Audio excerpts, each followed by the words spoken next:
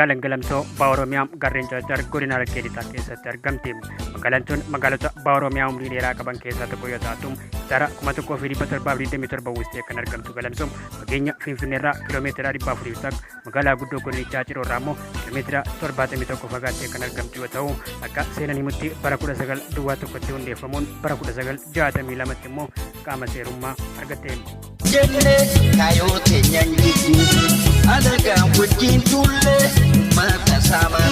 Investment wajjira investment yeroo waan nagar gaareef waa hedduun akka gartanitti hojjetuutiin jira. Yeroo gabaabaa keessaa inni xumura jennee yaada. Hojjetaafis taate magaalaafis guddina agarsiisuutiin jira. Hojjennee jira. Kana keessa bara kana keessa himaaxaa gara investimentii cee sadii qotee bulaa adda duree gara investimentii cee 16 waliigala 19 simachuudhaan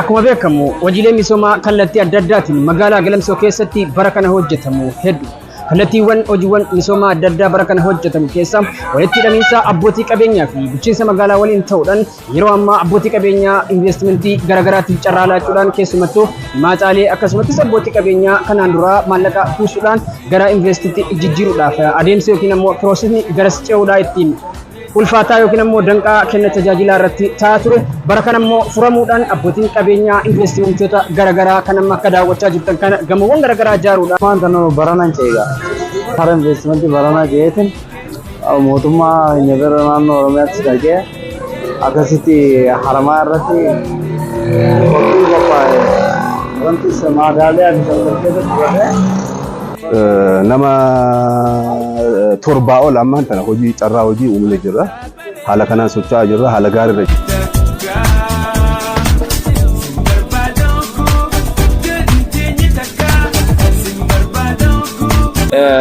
Sartifikeetii ce'umsaa fudhatanii gara abbaa qabeenyaatti ce'uu danda'anii kan jiran ta'uu isaa jechuudha akka murteessa magaalatti.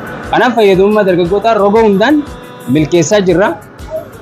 Dhimmaatan tokko fayyadama kan jechuu dandeenyu immoo yoo gara abbaa qabeenyaatti waajjira bulchiinsaan magaalaa nu hojii jiranii investimentiin nu hojii jiranii waan nuuf mudate sanii yeroo dhufanii nuuf laalanii nu qoratanii nu jiranii keenya lafa qabsiisuudhaaf immoo akkaataa pilaana keenyaatiin daandii meetira 23 haa ta'u gidduun isaa giriinarii hojjennee hojjechuu dandeenyee jirra jechuudha.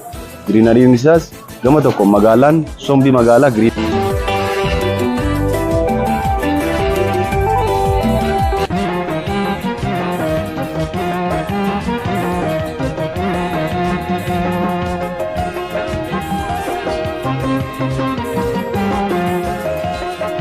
gaarii achi keessatti wal quunnamu rakkoon hannaa malaamaltummaan inni kun hundi hin furu waan ta'eef. Kanaaf kadaastarri tokko kan inni furu kenna tajaajila saffisaa kenna. Abbaan qabiyyee kadaastara qabuu fi abbaan qabiyyee kadaastara hin qabne garaagarummaan sa'aan itti inni tajaajilamu. Kuma diidamee afur mana baankii kaannee jirra jechuudha. Xaafii kuntaala tokko ammas ajajannee itti fufaa jirra. Haalaan guddanne jennee hanqa sadarkaa yoo ficoodhaamne. Rakkoolee kenna tajaajilaa jiran kan waajjira keessatti uumaman haala kamiin tajaajilli kan namaa akka jiru kan itti hordofanii jechuudha. Fakkeenyaaf haala kanatti hoggansi tokko sirtii isaarratti hidhate